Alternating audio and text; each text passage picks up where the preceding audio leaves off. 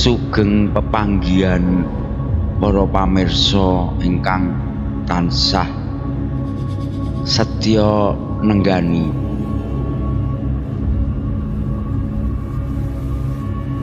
Mugi rahayu wilujeng lan bagas waras tansah lumintu ing panjenengan sedaya.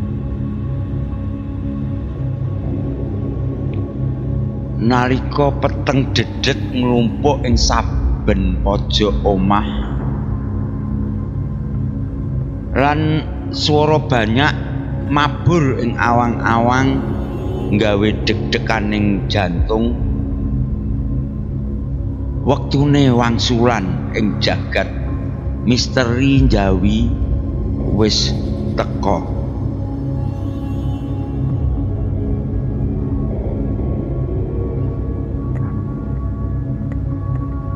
Nanging pamirsa, saderengipun kita wiwiti cerita alaming lembut iki kang kanthi irah-irahan babi ngepet nuntut tumbal.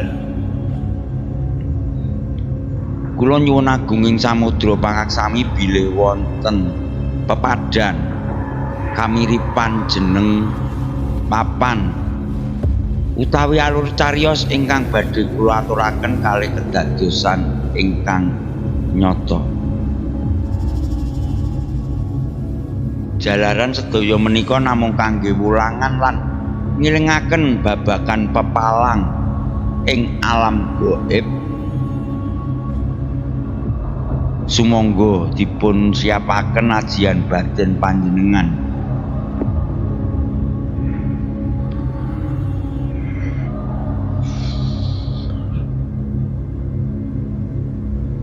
Amargi ing kalodhangan iki kita badhe mirengaken carita babi ngepet utawa celeng gendong sing nagih janji gedhing menungsa.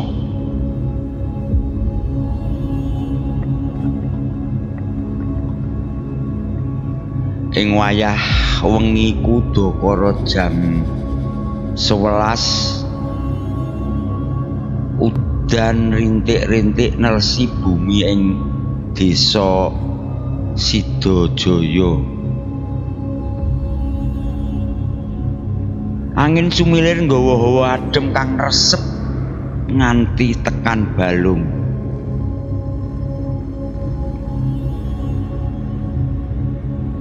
Ing salah siji omah kang gedhe katon sepi mamring.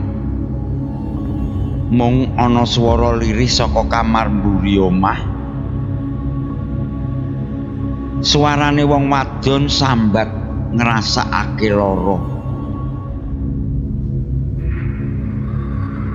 Omah iku omahe Pak Dipa, juragan anyar sing kasil sugih kanthi cepet banget.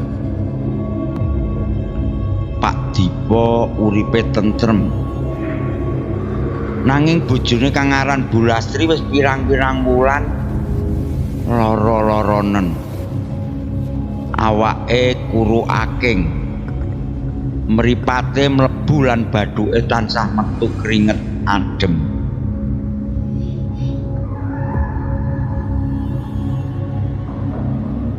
Dokter wis bola-bali niliki lan mariksa. Obat uga wis entek pirang-pirang jenis. Nanging lara sing disandang Bu Lastri ora utawa durung ana tanda-tanda mari. Saben wengi Bu Lastri tansah ngeluh awake krasa panas lan adem ganten-gantenan. Sing dirasake kaya-kaya ana sing nyedot tenaga ing jero awake. Pak Dipa mung bisa nangis ing pojokan. Ndeleng kahanan bojone sing sangsaya suwe, sangsaya ringkih awake. Pak, aku kok kaya wis ora kuat meneh. Bisike Bu Lastri kanthi swara serak sawijining wengi iku. Aja ngomong ngono, Bu. Kudu sing sabar. Kabeh wis tak upayake. Wangsule Pak Dipa. Nanging jroning ati Pak Dipa ngerti. Sadar menawa lelara sing disandang bojone iku dudu lara sing sakbaene. Dudu lara sing biasa.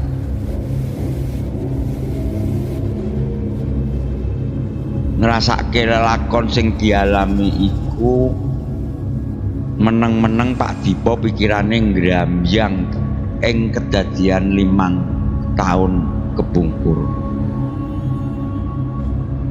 Wektu iku kabeh diwiwiti saka ati kang serakah lan wis ora sabar meneh.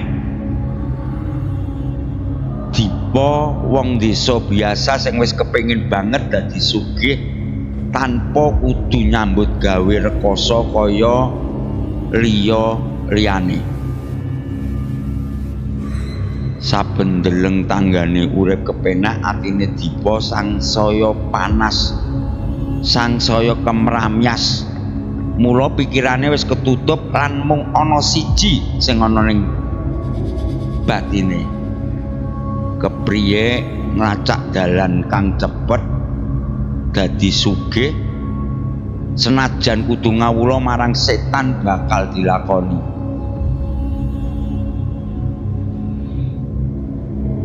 Dipa banjur krungu geneman babakan sawijining dukun sepuh ing lereng gunung kang kondhang. Wis bisa nindakake ngilmu ireng. Dukun kasebut jenenge Mbah Kasdi sing omahe adoh. Ya kuwi ing tengah-tengahing alas gong liwang-liwung prasasat ora duwe tangga.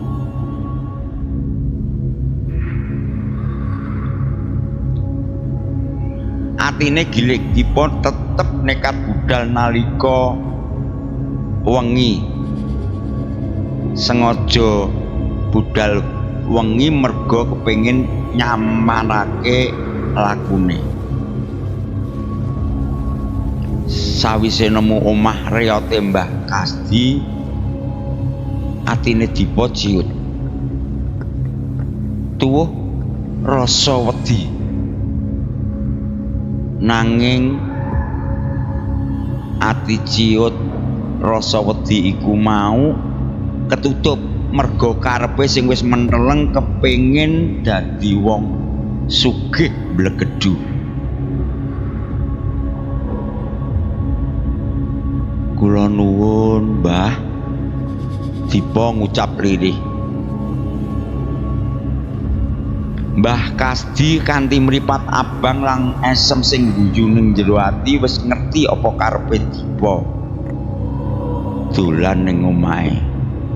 Batine wis tak enteni le.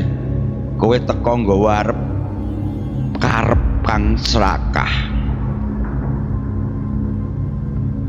Dipa banjur ngaturake kabeh panjaluke yaiku kepengin sugih duwe bondo tanpa wates nanging ora perlu nyambut gawe maneh.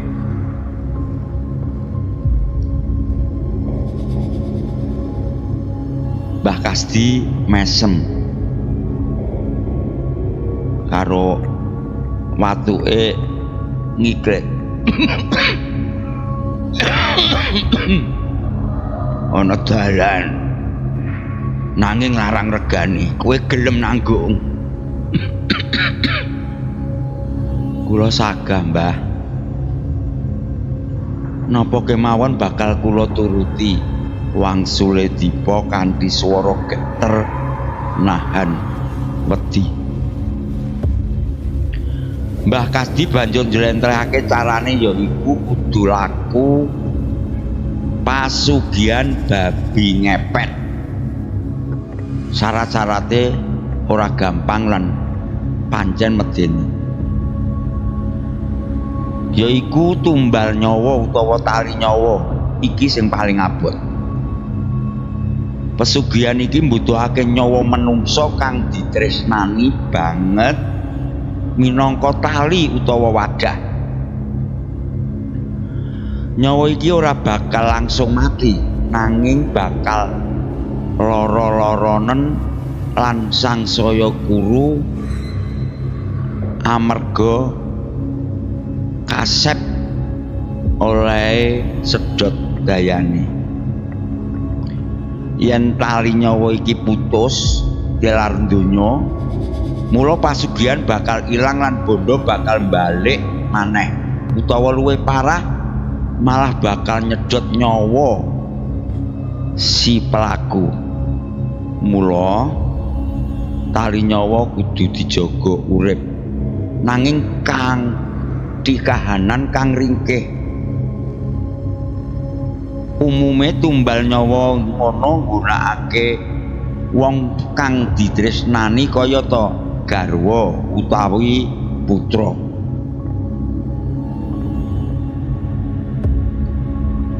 Kanggo nuruti karepe Dipa, bengi iku Mbah Kasti nyiapake uga rampe kanggo dalan sugihe Dipa. Mulai jubah ireng kang aran jubah panyirep. Iya, jubah iki wis dijampeni karo Mbah Kasti. Gunane kanggo ngowahi raga menungsa dadi babi. Kajaba kuwi uga lenga wening. Lenga iki kanggo nguripake daya panggorohan ing jubah,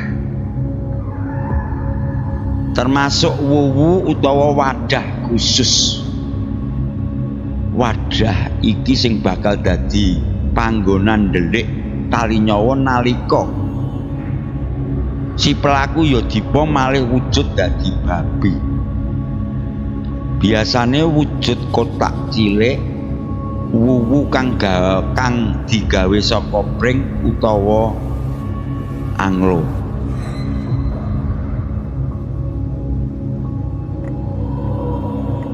Sawise syarat diwedharake, Mbah Kasti njaluk Dipa sumpah marang mbah-mbahane demit kang dadi danyang ing pasugihan kuwi.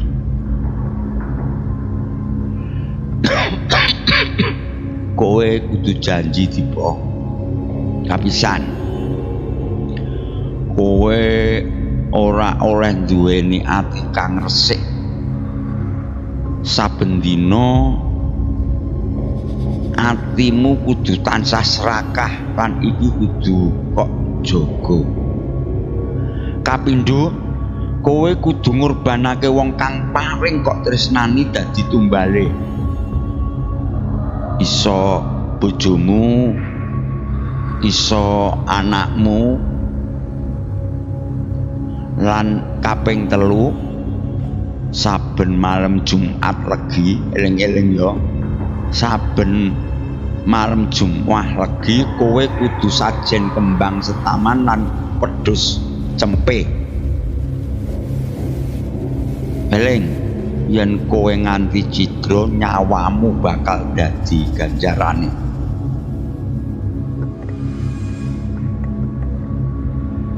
Dipa amarga wis ketutup pepinginane sugih kanthi tanpa mikir maneh ngucap, "Kula sagah, Mbah." Ora kegancangan suwe Mbah Kasti banjur meneh jubah ireng lan lenga uga sawijining wuwu pring. Jubah lan lenga iki kanggo kowe lumaku, po Dipa. Wuwu iki kanggo njaga tali nyawa nalika kowe dadi babi. Eling-elingen iki, yen wuwu iki pecah utawa tumbale kobong, kowe bakal mati grantes.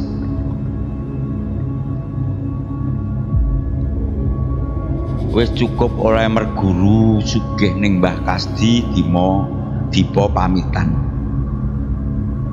Dina-dina bacute Dipa banjur nindakake laku pasugihan kasebut, yaiku laku ngilmu babi ngepet.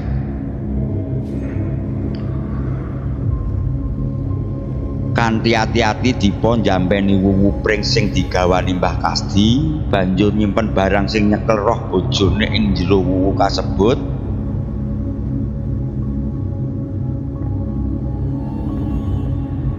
Duit mas-masan kelakon diraup senajan mung sawengi, tapi ya iku mau bojone Dipa wiwit dina iku alon-alon lara-laranen sangsaya dina awake garing nganti kaya-kaya lunglit balung kulit.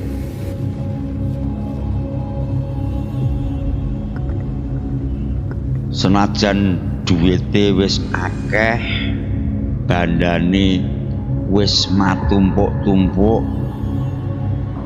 sawah uga ning ndi-ndi papan,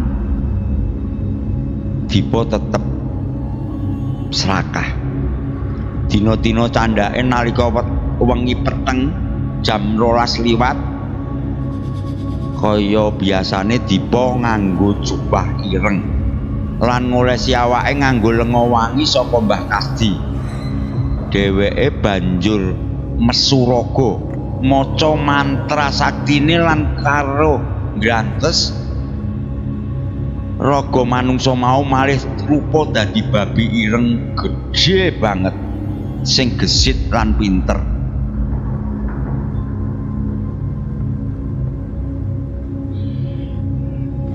Minangka babi ngepet, Dipa banjur mlumpat pager lumaku ing papan panggonan desa utawa kutha sing sugih. Kanthi dayane gaib, babi kuwi ora perlu ngrusak lawang, cukup ngosot-ngosotke nggesek-nggesekke awake ing dinding omah. Mula bondo utawa dhuwit ing jero omah bakal katut lan kasedot menyang awake babi ngepet sing daden-dadene Dipa. Kaya adat sabene sadurunge subuh babi ngepet kuwi kudu bali menyang omah. Sakwise tekan, Dipa bakal malih dadi menungsa maneh lan dhuwit sing digawa wujud lendhut utawa rereget bakal malih dadi dhuwit kertas utawa emas sing mumpuni. Kanthi cara iku Dipa dadi sugih. Nanging ya kuwi ing saben dhuwit anyar kang dipikolahi ana regeting dosa lan tangise nyawa bojone sing sangsaya suwe sangsaya ringkih dadi korban slakae Dipa.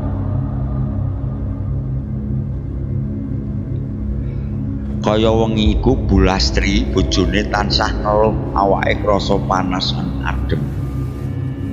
Kaya-kaya ana sing nyedot tenaga ing jero awake. Meneh-meneh Dipa mung bisa nangis ing pojokan. Merga ndeleng kahanan bojone sing sansaya suwe, sansaya ringkih. Aku kok kaya wis ora kuat meneh, Pak. Bisike Bulastri kanthi swara serak bengi iku. Aja ngomong ngono, Bu.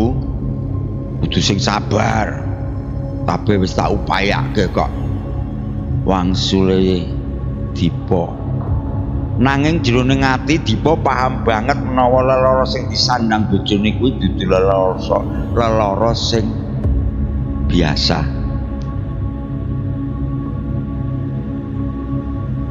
Senajan sempat nangis, kala mangsane kahanan ngrantes iku babar blas ora dipaelu merga ati lan pikirane Dipa wis katutup karo kasugihane. Saben bengi Dipa kudu malih dadi babi lan nyedot dhuwit utawa emas-emasan duweke tanggane.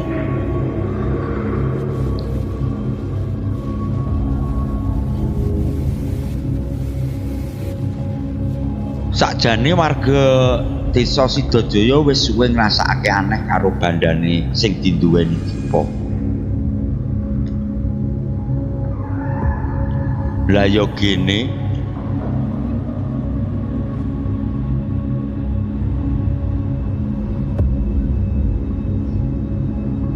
sadurunge Dipa itu kuwi mung bakul cilikan sing uripe pas-pasan.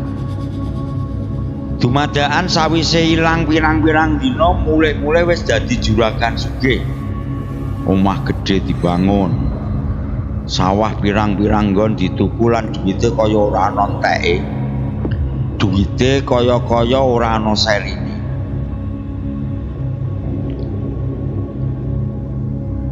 Nalika Bu Lastri wiwit lara rasan-rasan ing desa sangsaya rame.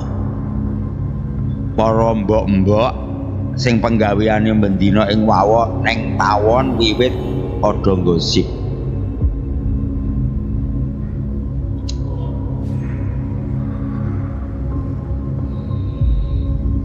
Aja-aja Dipa kuwi ndak njikuk pesugihan ya. Lah iya wong dadi sugih kok cepet banget. Kaya-kaya ana sing dikorbanake. Gunemane mak-mak iku mau nganti tekan kupinge Mbah Jaya. Wong tuwa sing wis dipercaya duwe ilmu dhuwur lan ngerti babagan alaming gaib. Mbah Jaya mesem kecut nalika krungu babagan Dipa. Wong dheweke ya wis suwe oleh juga.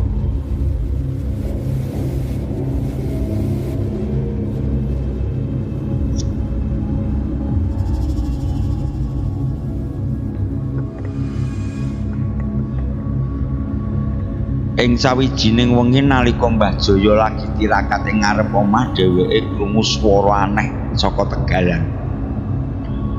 Swara kemrosak kaya ana kewan gedhe sing lumaku cepet. Diringi swara gerumbulan babi sing ora lumrah cacahe. Bareng iku keprungu suarane asu mbaung sing ora wis-wis mecah sepine wengi kepara nambahi swasana sing ngintir-ngintir ati. Nggawe sapa wae sing keprungu bakal wedi. Yen wis ana tanda-tanda ngono isuke warga desa mesti geger. Ana pirang-pirang omah sing celuluk ilang duwite. Senajan lawange dikunci rapet lan ora ana tanda-tanda dibobol maling. Duit sing ilang ora akeh banget sakjane nanging kedadian iki wis bola-bali.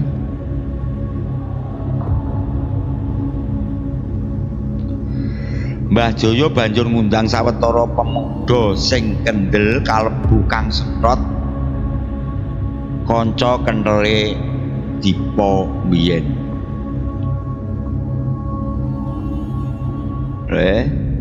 Kowe kudu nganti-nganti desa iki lagi diambah babi ngepet. Kandhane Mbah Jaya alon nanging teges. Kang Senthot lan kanca-kancane kaget. Sinten Mbah pelakune? Pelakune ya wong sing duwe bondo akeh kuwi. Wangsule Mbah Jaya karo mripate tumuju menyang omahe Pak Dipa. Kanggo dadi babi ngepet kudu ana tumbal utawa tali nyawa sing ning omah. Tumbal iki sing dadi wadah nyawa nalika pelaku dadi babi. Tumbal iki biasane wujud wong sing ditresnani. Sing nganti lara-laranen kaya bojone Dipa ya Bu Lastri. Kang Senthot kaget banget. Atine lara ngerti kanca rakete mbiyen wis tumindak kaya ngono.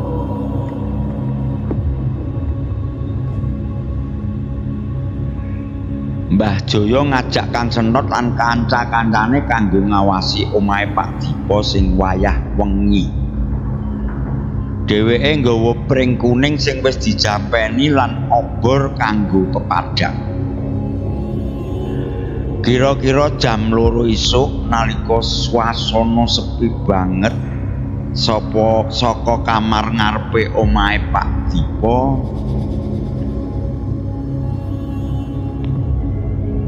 ana cahya kilatan mak klepat. Ora suwe saka pawon katon babi ireng gedhe mlumpat pager lan mlayu banter menyang dalan desa. Kuwi babi ngepete, serune Mbah Jaya. Nanging Mbah Jaya ora ngoyak babi kuwi. Dheweke malah ngajak rombongane mlumpat pager menyang jero omahe Dipa. Tumbale, goleki tumbale, perintahe Mbah Jaya. Sawise nglidah kamar ngarep, Kang Sentot nemokake sawijining wuwu piranti kanggo nyekel iwak sing isih anyar lan isih ana lendhut-lendhute dislimulke ing ngisor depan. Ing jero wuwu mau ana topi ireng kagungane Pak Dipa lan ing jejere ana lenga wangi sing ambune nyedhak ora enak. Iki tumbale pring kuning gawanen kebuken wuwu iki, perintahe Mbah Jaya. Kang Sentot njupuk pring kuning iku lan ngebuk wuwu kuwi kanthi rasa prak. Wuwu pecah. Topi ireng kuwi banjur diobong ing ngarepe kamar.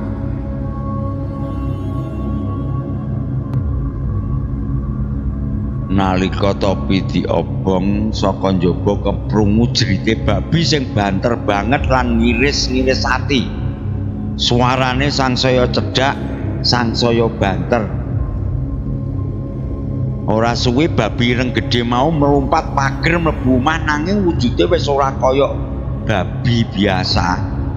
Kulite gosong, mripate abang lan mlakune pincang. Babi kuwi mlebu omah ngoyak geni obongane topi. Pas nalika babi kuwi arep mlebu kamar dumadakan babi kuwi malih wujud dadi menungso maneh. Ya kuwi wujude Pak Dipa. Nanging awake wis kebak tatu lan ambune sangit kaya bubar kobong. Pak Dipa njerit banter nganti gawe budheke wong-wong sing ana omahe. Rampung kuwi banjur awake rubuh ing ngarepe lawang kamar bojone. Ing jero kamar Bu Lastri sing wis mung kari balung lan kulit napase mandhek sawise krungu jeritane Pak Dipa. Atine remuk nalika ngerti sejatine sapa sing nyebabake awake lara. Bengi kuga, esuk iku uga Pak Dipa banjur digojeki wong akeh. Sakwise Mbah Jaya maca donga, Dipa ngetokake busa saka lambene lan mati ing ngarepe kamar bojone kanthi awak sing kaku. Mripate mendelik. Merangguli kahanan sing kaya ngono warga desa kaget. Nanging uga lega. Sakwise kedadian iku desa Sidajaya wis resik saka panggonan sing tumindak ala amarga kasrakan wis dadi sugih, wis mati. Bu Lastri dadi korban sing paling nyediake.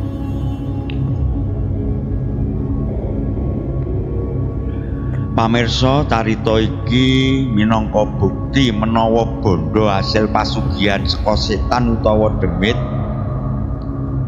mesti bakal njaluk nyawa. Mesti bakal njaluk tumbal nyawa lan akhire bakal males marang tumindake manungsa iku dhewe.